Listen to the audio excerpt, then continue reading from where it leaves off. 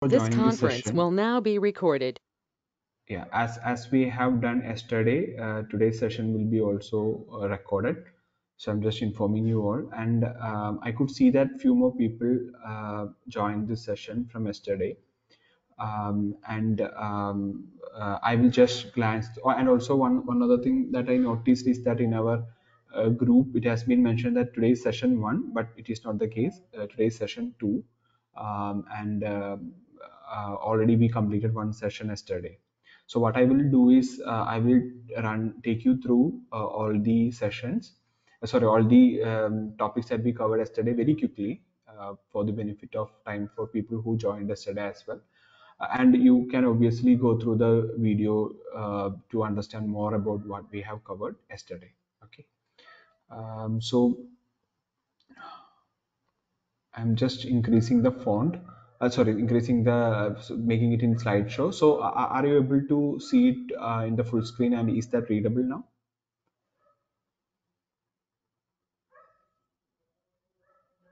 If you making it as a big screen, that will be great, I think. So are you seeing it bigger now? No, not really. So you are not Yep, seeing it's like good. yeah, okay, okay. Little Yeah, better thank you. now. It's good. Yeah, because I have now put it as a slideshow and it should be visible for you all. Okay, yeah. So whatever we so guys, one thing is like the session will can be best viewed in a PC. That is one thing. So try to watch it in a PC. And if you think that the font size has to be increased, I can keep that in mind and can increase it further, maybe starting from tomorrow. Otherwise, I will be sticking to this font size. Other thing is like I told you guys yesterday to write an email regarding like why you want to attend this course. So that was the first step towards like starting our journey. But unfortunately, I only got a reply from one person. So what I would like to tell you all is like it is very important that we all start communicating each other, because when it comes to testing, communication is very important. You should be communicating with me as well as with whoever possible, so that only you can improve your skills. And when you go for interviews and try to attend interviews, that time also it would be very beneficial for you. Okay, so try to go through the sorry, try to complete all the exercise that I give whenever it is possible. I will continuously, I will try to give you the exercise as well. Okay, so yesterday what we covered is like we glanced through the course objectives, then I explained you what is software testing, why it is important, then what are the attributes of a good software tester. Then we also understood like what is the career path. Then few basics about what is an operating system, what are the different types of apps available, and then we covered what is SDLC. Okay, so the main topics that we covered yesterday was one is regarding SDLC, that is software development lifecycle. And as I mentioned, like it consists of 5 stages. And if you go through the internet, you would see 6 stages as well. Sometimes it can be more or lesser. It's all fine, but the core thing that you have to understand that any software development goes through a cycle, and that cycle can happen at any pace. Maybe like it can happen in 3 weeks, 2 weeks, 1 month. So the cycle keep on repeating as well. Okay, so the one cycle constitutes of planning, designing, development, testing, deployment. Okay, and planning includes requirement gathering, how planning about how to do the development, all those things. And the at times we can see like there would be a stage like maintenance as well. Okay, that comes as a sixth stage. So this all differs based on the perspective of the organization we are working, but as a standard you can tell these are the 5 stages of software development life cycle. And when we say like deployment, it can include maintenance as well. So, and even the maintenance can also go through this life cycle. Okay, so basically this would be the 5 stages of SDLC. So that is one thing. Second thing is like similar to that, we explain what is software testing life cycle as well. So it starts with requirement analysis, then to test planning, test case development, test execution, reporting, and closure. Okay, so don't worry, even if you are not able to understand it yesterday, or you haven't went through the video yesterday's video, we would be covering each and every one of this stage in very detail. Okay, throughout our sessions, we will be seeing like what happens as part of each one of this stage. Okay, so that going to clear out whatever you want to understand from this. So that is about software testing lifecycle. Then also we covered like what is an error, defect, and failure. How it like from error or mistake to defect or bug, and then to failure, how it happens. All this we covered yesterday. Okay, so how the what is meant by error, defect, and failure, and how it transfer from error to defect and then to failure. So that also we covered yesterday. So also we had a small quiz of few questions, and you were also answering that. And one thing that I requested to you all is to give me give me an email regarding why you want to enroll in this course. So to brief me like why you want to enroll in this course. The main objective for that was to see like how do you send an email. So that is the first thing. Like how do you communicate in your, because see, even if we complete this course and if you don't know how to write a professional email, then there is no point. So if you already know, it's fine, no problem. But if it is first time you are sending out an email to someone, then I want to really see like how you are writing it. If there are some corrections, I want to correct it. So that was the sole objective. And I really request every one of you to do it. If not possible, maybe like if you were not able to do it yesterday, try to do it today at least. And this is my email ID. So also please make a note of this email ID. Quite often you would be requiring this. Maybe like I will give you one exercise today as well. So if you want to communicate with me, and if I want to correct or review the task that I am giving to you, then obviously you should have this email ID with you, and you should be communicating with me. Okay. So otherwise, what happens is like theoretically everything will get completed, but there are practical aspects that will help you to get the job, and also to excel in your career. Also, you should know certain things, right? So that all can be done only if you communicate back to me as well. Okay. So I hope this is clear for you. Anybody got any questions regarding yesterday's session? You can ask now.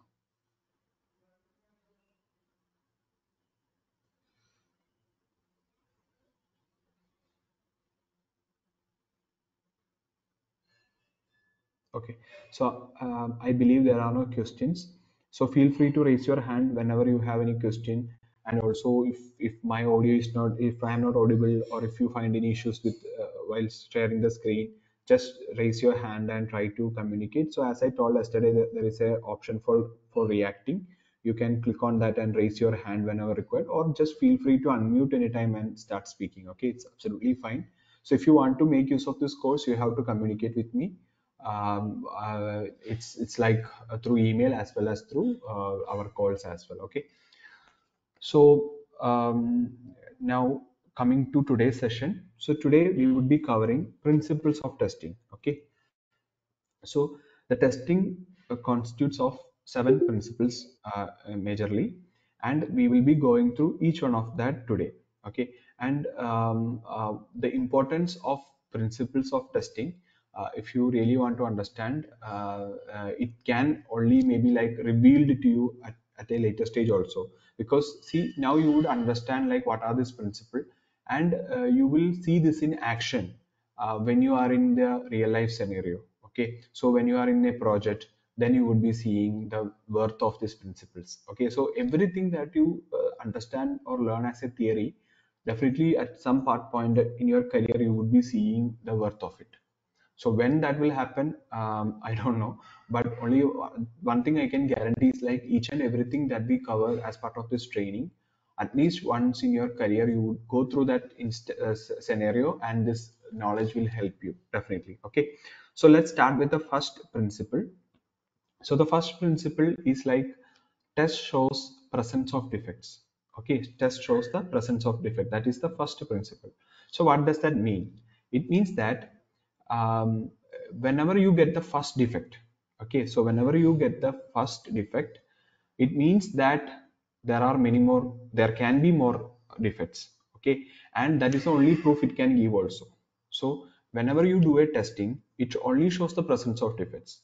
And it doesn't means that even if you do testing so many times, there are no 0% of defects. Okay, so many times I used to hear like people asking whether I hope there is no defect at all. See, that is never going to happen. Okay, always there will be a defect in the system when one aspect or other aspect. Testing only shows the presence of the defects. Okay, testing never guarantees that your system is 100% good. It can fail at many levels or many instances, but testing shows the presence of the defects, and it shows that it has to be developed further. Okay, so no matter how much testing we do, there are chances of finding defects even after that.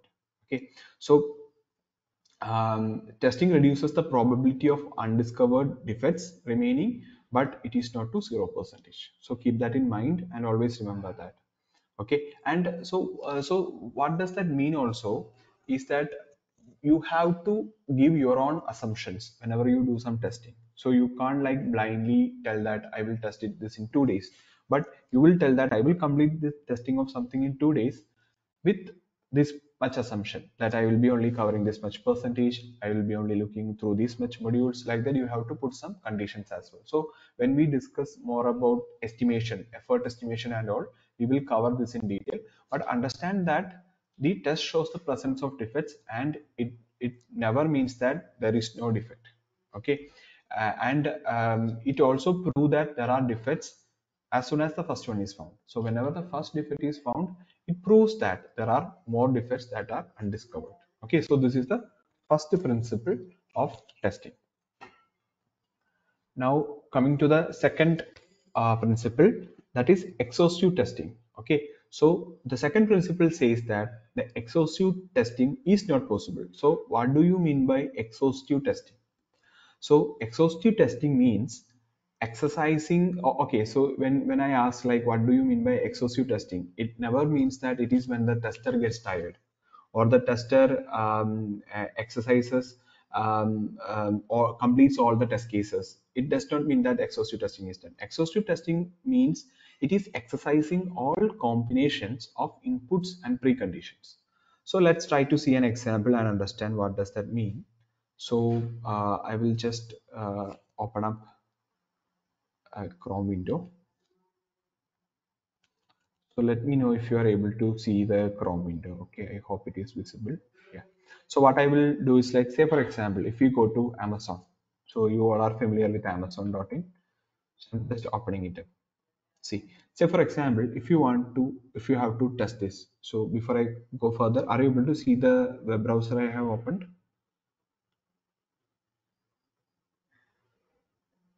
Yes, Vivek. Okay, thank you. So basically, you can see that this is the website, and if you see that so many things are there, right? You can see the advertisements going on, you can see the offers going on, you can see the tabs here. You can, if you click on here, you can see so many options available.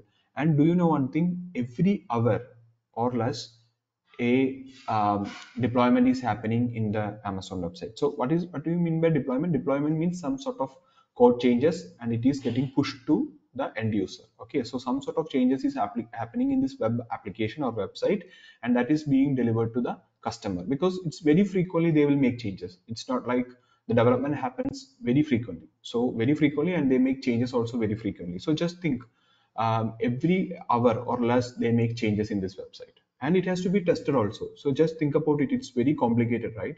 How do you test and ensure that a website like Amazon.in is working without any problem? So when we say about problem, it can be many things. One is like, it can be like, say for example, if I click on this button, it is not working, so that is a functional issue. Okay, functional defect. Say for example, if I am not seeing this properly in my machine, but it might be shown properly for other people, but in my mobile or in my personal device it is not showing properly, then it is sort of compatibility issue. That is one issue that can come. Then if, say for example, if I open up this browser and website and it is taking so much of time to load, then it is a performance issue. The performance is not really good. And there might be sometimes there will be like sort of like flash sale, and so many people would be hitting this application. So at that point of time, what happens? it may not be able to handle that much of load. Okay, when concurrent users, multiple users use it, it may not be able to take up that much load, then the application will get crashed. So that is like performance or load testing. Then there might be ways like where someone can hack my user login. Then there is security issue. So just think about it. So many aspects are there, right? When it comes to the functional, non-functional, so many aspects are there. So we will try to understand like what all this means. But just understand that in every hour, if they are making changes, how much would be the intensity of testing that would require. So say for example, if someone goes and try to test each and everything, say for example, starting from this tabs and from this options, there are multiple options, right? So how much time it will take? So each one, someone has to go and validate. Okay, so there are ways like automation testing where you can automatically test it rather than doing it manually. But still you think, even if it is automation, if it is going to take 5 minutes or 3 minutes to complete a single item, there are n number of items here in the web page. So how would you complete all this? So if you try to complete everything, like all the input condition, all the clicks, all the workflows, then that is called exhaustive testing. So that is the second principle of testing, that says exhaustive testing is not possible. It's not always possible, or it's not practical. Okay, so that is the second principle. Okay, so why this is being covered here? Because whenever you are into a situation where you want to test something, you should not think in a way like I am going to test everything. So that is very difficult. So you have to be very logical, and there are different techniques that you have to apply that we will cover in this training, as part of this training. What are the different techniques that you have to use when each context arrives? Okay, so exhaustive testing means exercising all combinations of inputs and preconditions, and it is told that it is not possible. Okay, so it is not feasible unless and otherwise it is very trivial. Trivial means it is very must that you have to do it, unless and otherwise it is not required also. Okay, there is no point in doing exhaustive testing also. Okay, so we test used on the risk and priorities. So where is the risk resides, which are the priorities? So that would be always our focus area. So whenever you get something for testing, first thing that you have to see is like where is the risk lies, which is the priority for the customer, what is the change that happened.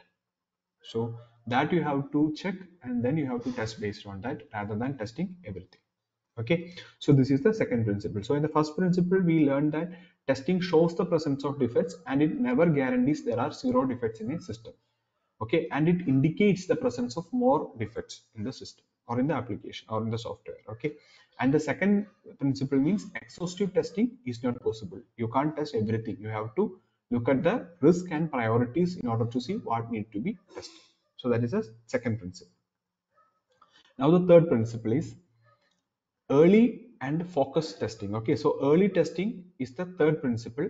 That means like when you have to start testing, so you have to start testing as early as possible in the life cycle. So when I say life cycle means you would I have taken you through the development life cycle, SDLC. Okay, so in the SDLC, the testing effort should also start during the planning phase itself. So you would have you would have like now thinking like, see, we only shown it as the fourth stage, right? Testing was the fourth stage, but I am telling you at the irrespective of that, I am telling you that it should start from the planning phase itself. So even though SDLC shows a cycle, it doesn't mean that you have to follow the order of that cycle. Okay, so testing should start along with the planning activity itself. Okay, and what happens is like, say for example, as testers, if you are getting involved starting from the planning phase, then we will have clear understanding regarding what are the requirements, why the customer is raising some requirements, why the development is happening in that way, and you would be able to test it accordingly based on the relevance, and you would be able to raise more defects. Okay, so that is the third thing. Okay, so early testing is required. Okay, and one other important reason why you have to start focusing and start early, because is you have to find the showstoppers also as quick as possible. See, what happens is like, I will tell you an example. Say for example, you are getting this Amazon website. Okay, again we are talking about this Amazon website. okay, and you are getting this for testing.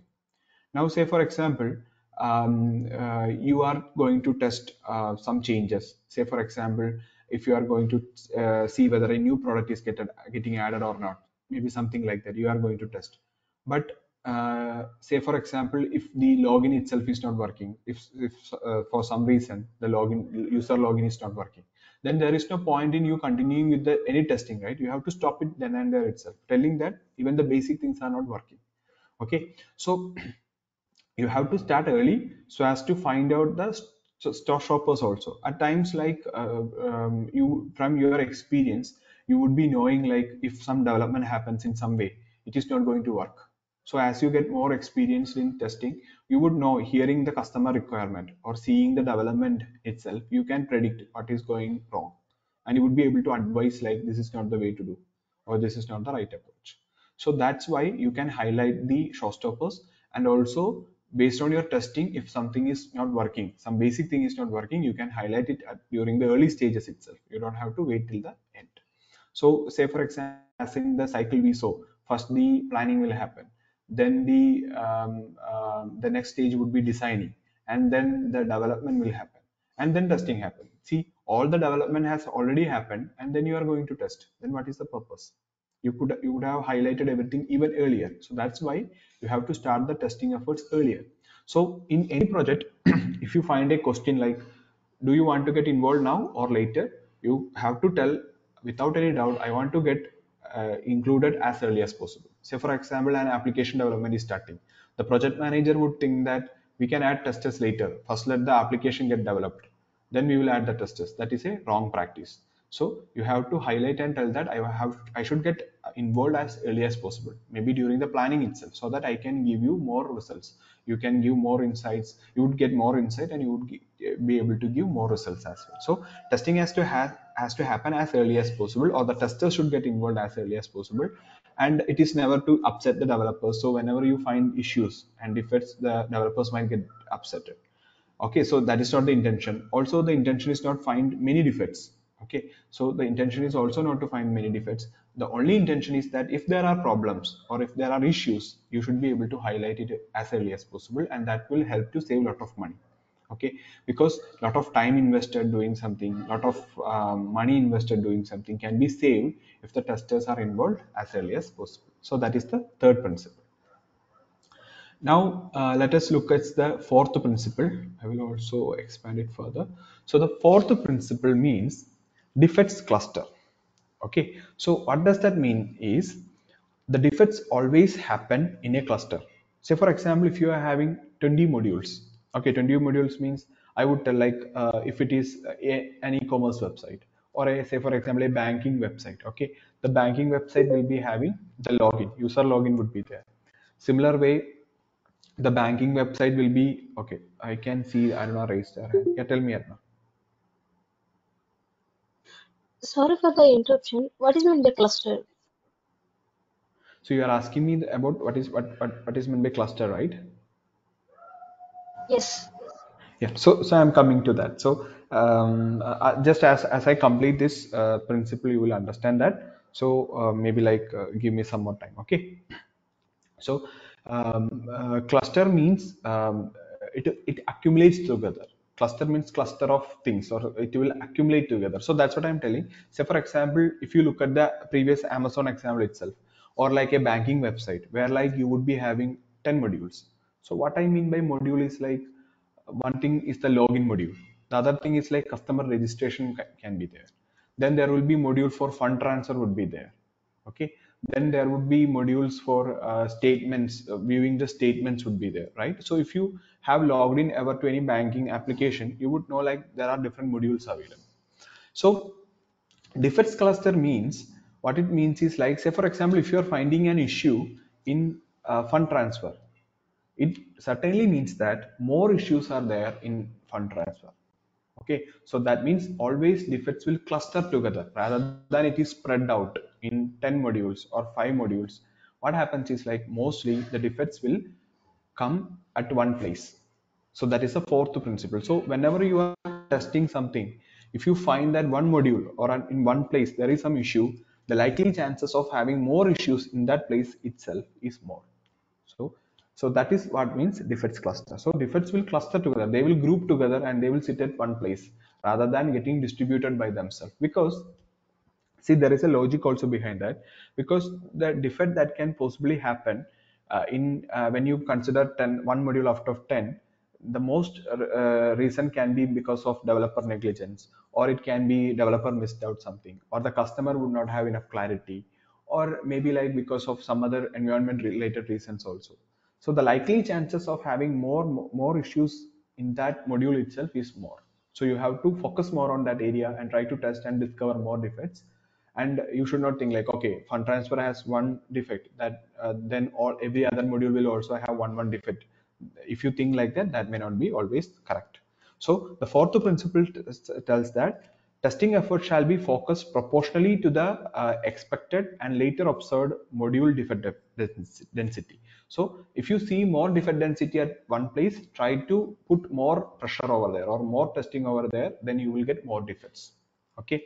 And small number of modules show most of the operational failures. So whenever you look at the testing, if one or two modules will be having more the defects, or three modules out of, if you have 20 modules, out of three modules will have more defects than any other modules.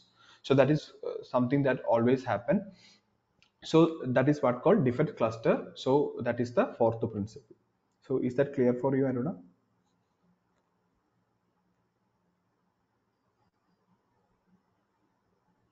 Yes. Okay, okay, okay. So that is the fourth principle. So when many times when you test, right, there will be a lot of things to test. It won't be like you have only one module or something to test. There will be so many things to test. So sometimes you think like, what I have to do, whether I have to continue my testing with this module or should I jump to another module. Then this, if when this principle comes to your mind, you can then think how many defects I found in this module so far based on my testing, whether I found more defects, or whether there are only less number of defects. Then the likely chances of having more and more defects in that module itself is more. Okay.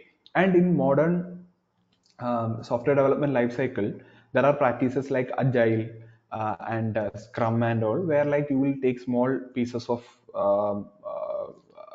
requirements to deliver, and you will have the entire cycle like planning, coding, testing, everything being done in the small cycles rather than in bigger cycles. So you will learn about that maybe in the upcoming sessions, but just understand that defects always cluster. Okay. And this happens mostly when you consider all this sort of methodologies. Okay.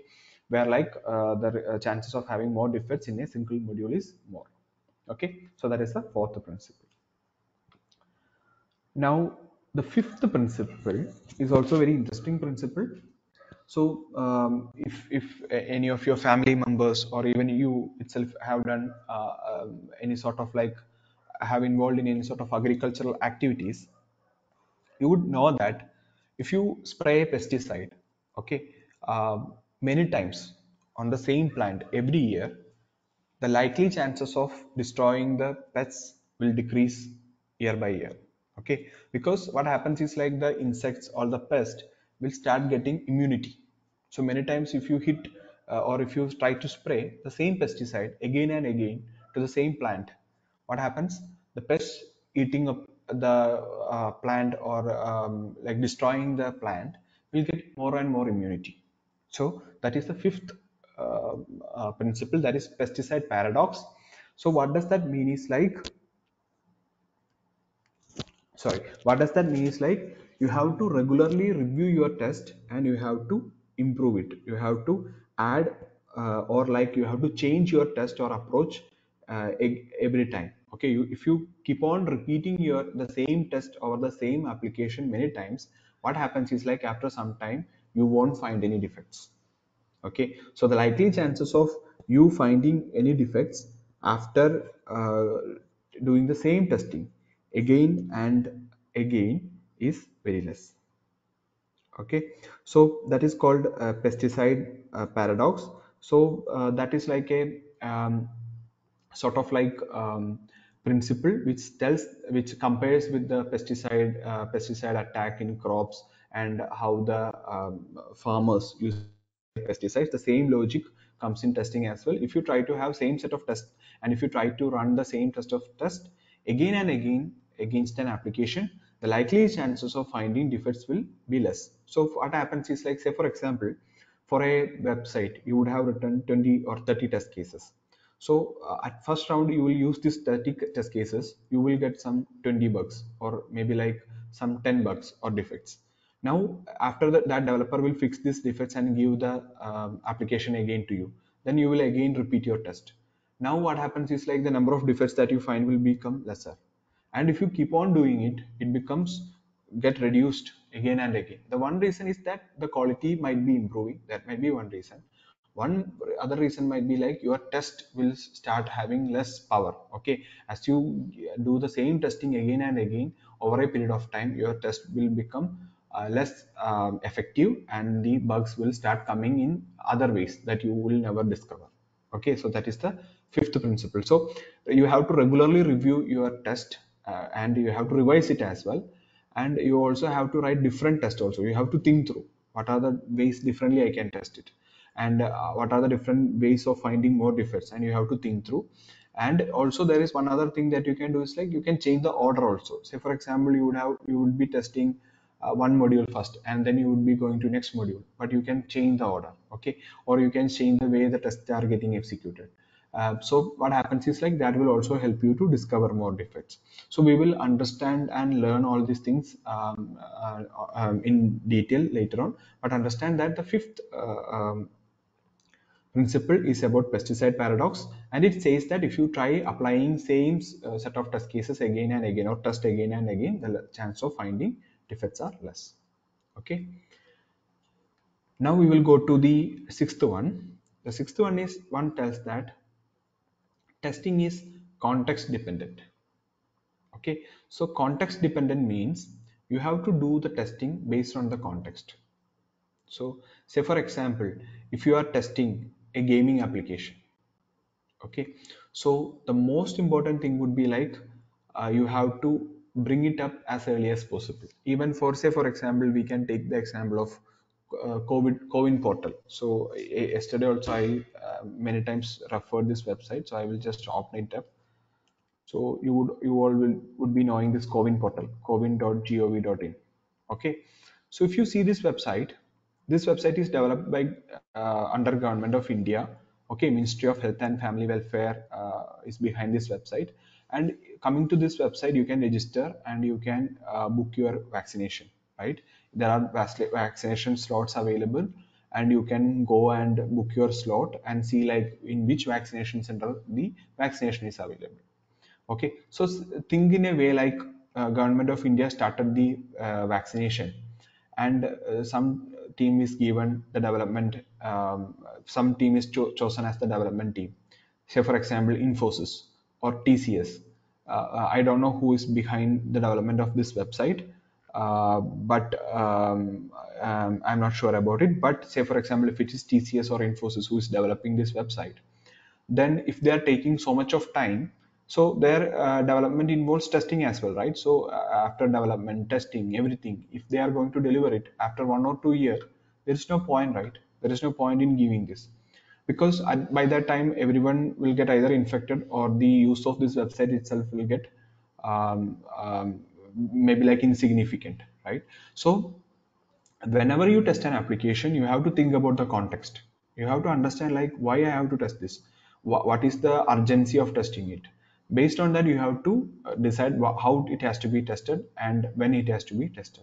Say for example, in the Amazon website, login is not working, you raised a defect, okay, and the developer fixed that defect and they are giving back to you.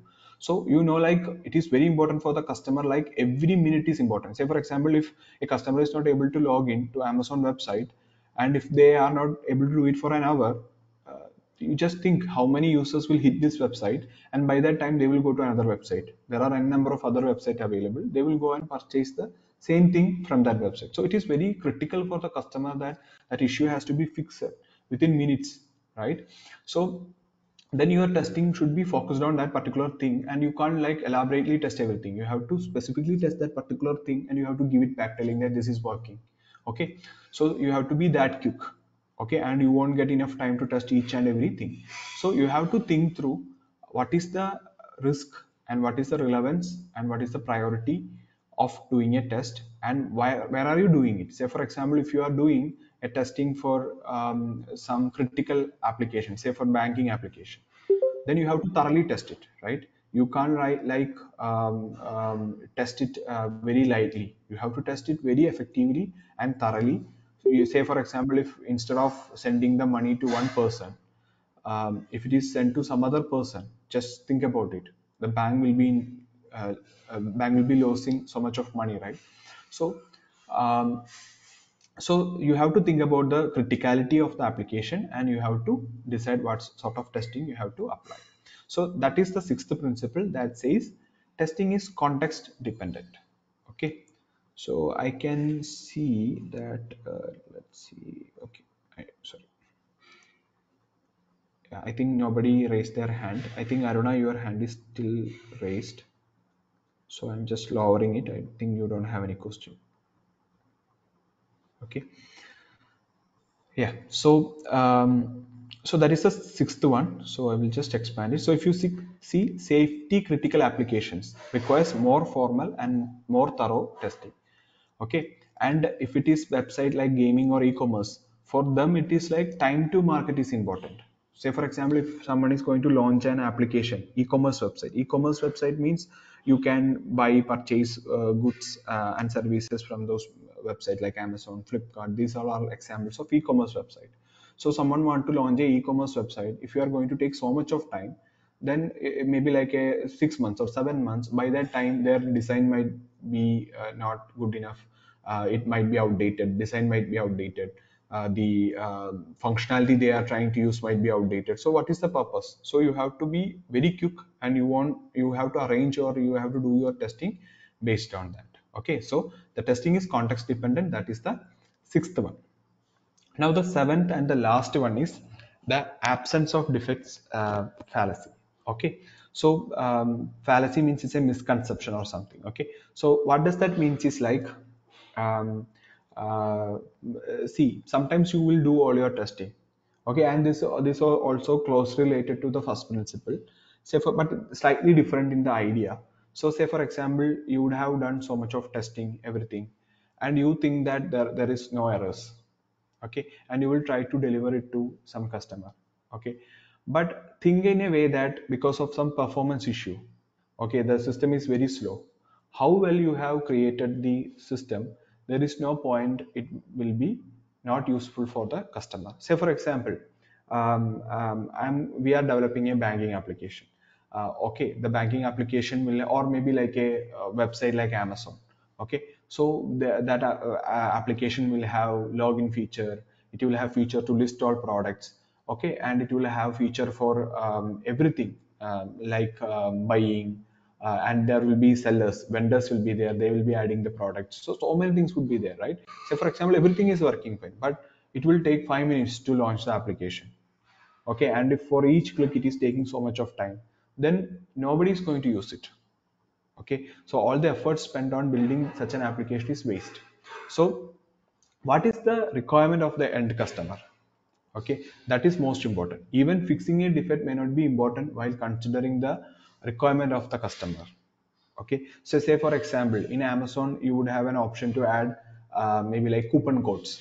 It might not be working, so that doesn't mean that you have to stop giving that application to the end customer.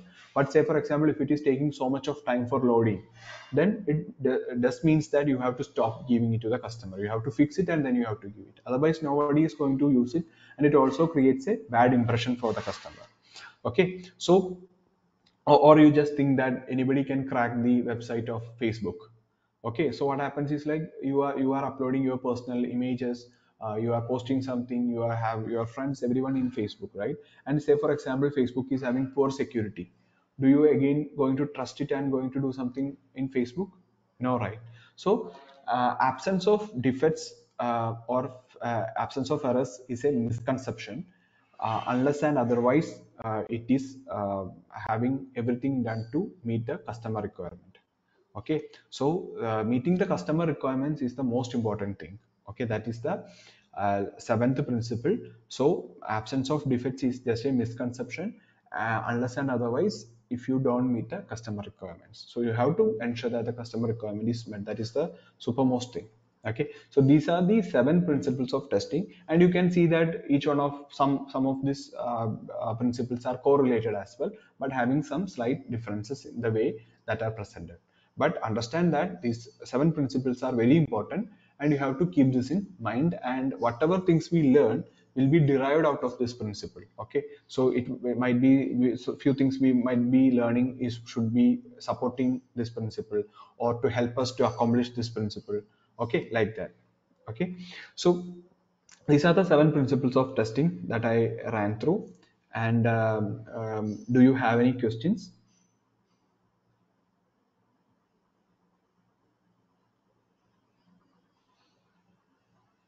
Okay, so I hope there are no questions regarding the whatever principles that we have covered. So I will go through few cues today. Maybe like starting with the first one. So you can just type in the chat. So anybody who has joined newly today, you can see a chat option. So you can put your answer in the chat. So the first question is like, which of the following is true? Okay, so the more often a test is run, the option is like the more defects will be found, the better that test will become, the less likely to find a new defect, the more likely to find a new defect. So these are the four options. So can you just type in your answers? Okay, we got the first answer. I recommend everybody to comment. Okay, even if you don't know also, it's fine. Just try to answer.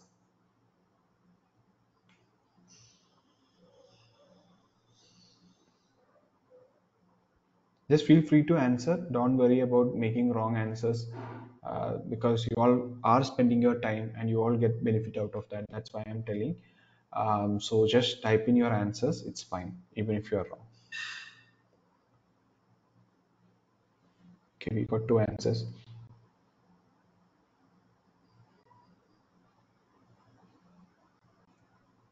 Okay, the third answer came.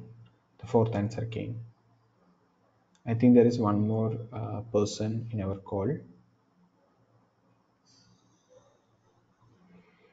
Do you want to go?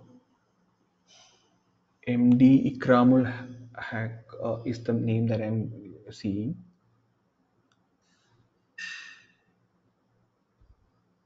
Okay.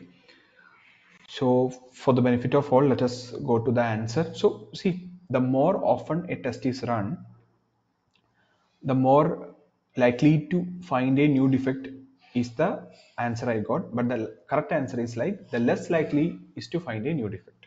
So if you repeat the test again and again, so that's what we when we discussed about pesticide paradox, right? That is what we cover, right? So if we run the test again and again, the chances of finding a new defect will be less. Okay, so that is the correct answer. That is option C. The more defects will be found is wrong. The better that test will become, that is also wrong. The less likely is to find a new defect is the most appropriate answer. The more likely is to find a new defect is not correct, because there is no chance that we find a defect. Because say for example, whenever we run the test for the first time, that is when the more defects can come. But if you repeat the test again and again, the chances of getting new defects are less. Okay, I hope it is clear for you.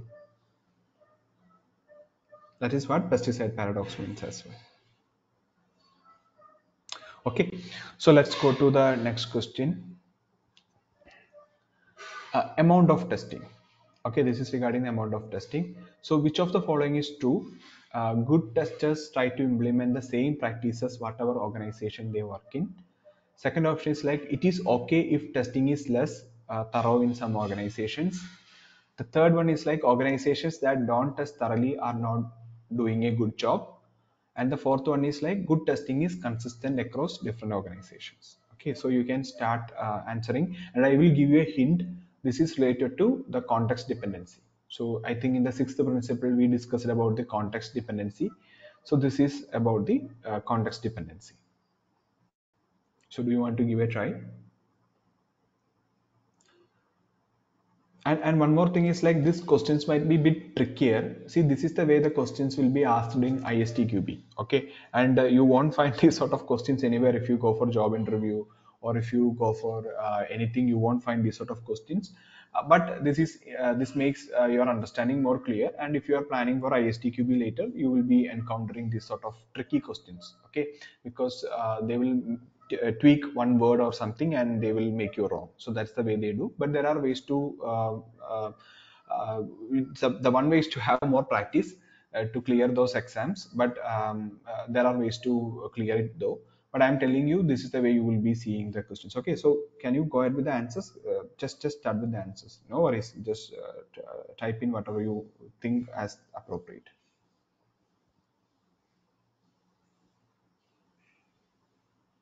Okay. Okay, I can see that my answer is between A and D. D.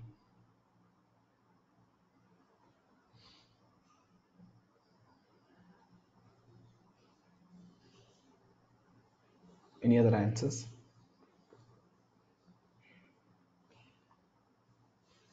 Just give a try, guys. It's fine. Like, because I'm telling you, this is nothing related to the job you are going to pursue, but you should have an understanding and to recollect whatever we covered and to see how logical you are. A and D. Okay, there is only one right answer.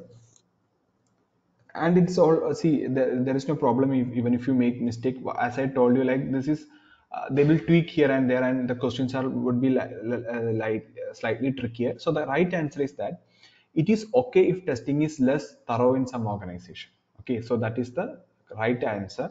So why it is the right answer? Because that is called context dependency. Say for example, if in some organizations, even if you don't test it thoroughly, then the testing might not be the most important thing for them to do. So they have to do a slide testing and they want to release something. So that can happen in some organization. So let's just go through each one of them. So the first one is like good testers try to implement the same practices whatever organization they work in. So that the same practices is the problem there. See, if you apply same practices in every organization, there is no point. The likely chances of you ending up in trouble is more. So the practices differs based on the organization. So obviously the option A is not the right answer. Let's park B aside. C, organization that does not test thoroughly are not doing a good job. Okay, so the organization that does not test thoroughly are not doing and should be sued. So we are telling that we should be suing the organization that are not doing. See, option B and C are more or less related, but there is a word like and should be sued. Sued means they have should be taken to court, and the B and C are like contradictory to each other.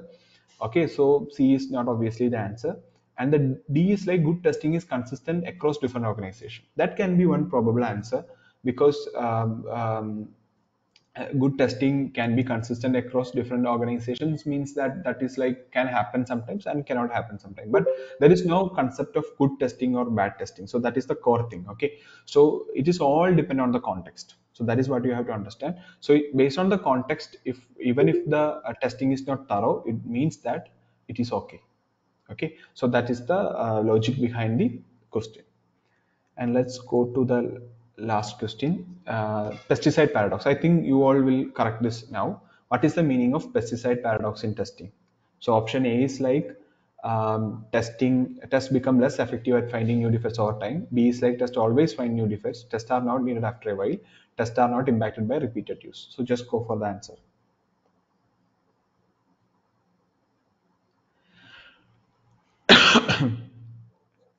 This is again related to pesticide paradox. That means again and again, if you repeat the test, what I have told, just think through and you will get the answer. There is only one correct answer. So just go for one option.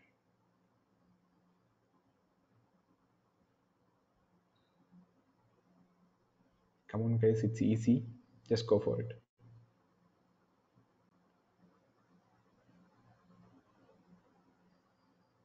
Okay, we started getting the answer. Go ahead, guys.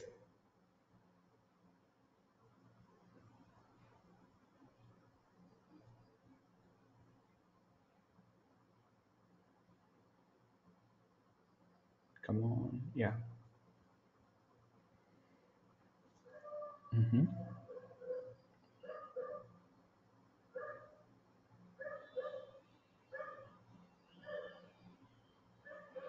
Anybody else want to answer? Okay, I think that's it. So, guys, what is meant by pesticide paradox? The right answer is A itself. Tests become less effective at finding new defects over time. Okay, so if you repeat the same test again and again, the chances of you finding defects are less. Okay, so option B is like test always find new defects can may not be correct. Tests are not needed after a while. That is wrong. That is not the concept also. So sometimes people will think that tests are not needed after a while. No, that is not the concept. Tests are required, but different tests are required. Okay, tests are not impacted by repeated use. That is again incorrect. So this is the correct answer. Okay, so we are reaching towards the time. So I thought of giving you one task today. Maybe like we will give it tomorrow.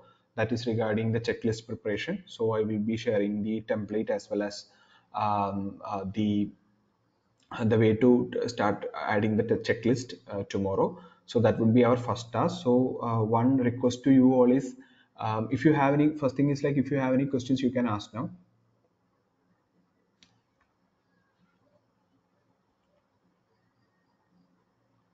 Any questions?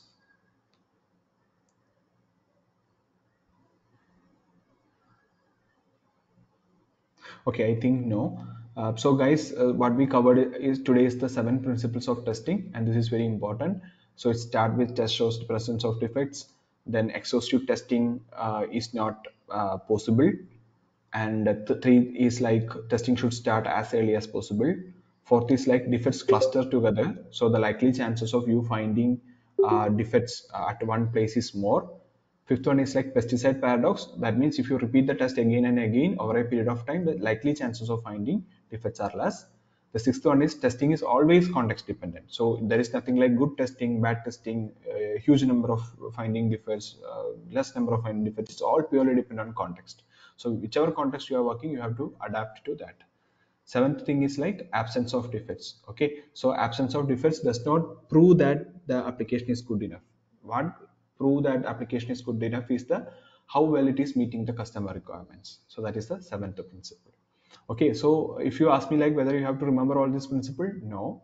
Whether someone will ask you in any of the job interviews, chances are very less, because mostly the questions will be asked regarding SDLC, STLC, from whatever we have covered so far, but not about principles of testing. But if you want to become a good tester, you have to keep all this in mind, and this will come quite often in your testing career. Okay, so these are the principles of testing, and this you should have a good understanding.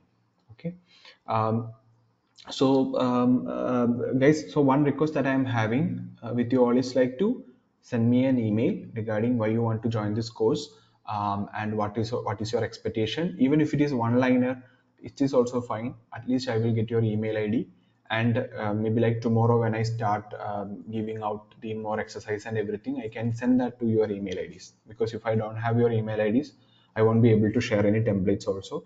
So ensure that you are sending some mail to me so that I have your email ID. And why to send a test email? Just send like why you enrolled in this course, so as to start communicating with me. Okay. And also ask your questions whenever you are in doubt.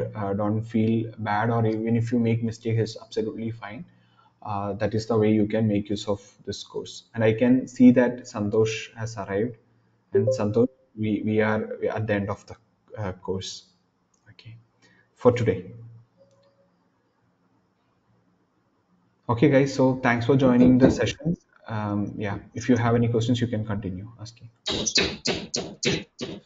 Yeah, Vivek, can I ask you a question? Sure, sure. Go ahead. In the present situation with the manual testing, which one will be helpful to get the job and as soon as possible? So I don't know. Can you tell me? Repeat your question. It was not clear to me. Yeah, in the present situation, based on the Mm-hmm. market, with the Okay. manual testing, which course will be helpful to get the job as soon as possible? See, I don't know Is that. Yeah. does it make See. sense? Yeah, I got your question. So I think I answered this yesterday as well, but I will repeat like regarding what you have asked me. So see, in the present situation means do you exactly mean, but what I can say is like, see, now the industry, IT industry is going through a recession. Recession means there are like people are, you can see that so many people from Google, Microsoft, some sort of recessions are going on. I hope I am audible, right? Am I audible? Okay, okay. Yeah, because I saw poor network connection. That's why. Okay, so basically you Yes, can see people are getting, sorry? yeah, sorry, continue, Vivek. Yeah, audible. Yeah, yeah. Okay. So you can see that people are getting fired. Some sort of recession is happening, and these recessions used to happen quite often, many times, but it never used to go to a depression. So depression happened in 2008, where like so many people lost job. There was a sort of depression, but now it's sort of a recession is happening, and the industry will be back soon. Okay. So irrespective of that, I am telling you that irrespective of that, there is always a demand for software testers, because the entry level testers are not affected at all. The people who are getting affected are like people who is having a lot of experience. They are having getting so much of salary. These are the people always impacted by recession or depression, everything. But the people at the entry level are never affected, even if it is not about testing, but IT sector as a whole. Okay, even if it is development or anything else as well, the likely chances of you not finding job is very very less. You will find in n number of opportunities. The only thing is that, see, if you want to get a job, you should be prepared very well. If it is manual testing or whatever it is, see, why someone wants to give you a job? Because there is some skill with you. So you should be able to demonstrate that skill, or whenever someone asks you some question, you should be able to demonstrate it irrespective of whatever it is. Any field that is the case. But if you want to get an entry, that is also difficult. Say, see, nobody will even give you an interview call. Say for example, I will tell you different context. Say for example, if you are a degree pass out, okay, BTech or engineering degree pass out in 2022, or in like I don't know whether yeah, or in 2022 or in 2021, the likely chances of you getting a fresher job is more, irrespective of whatever course you learn. Within testing, obviously the manual testing is the entry point. See, even if you claim that I know automation or performance testing, and you don't have going to give you a job, because performance testing, automation, everything only comes through experience. In day one or two, you won't be able to learn it. Okay, I will also stop the recording.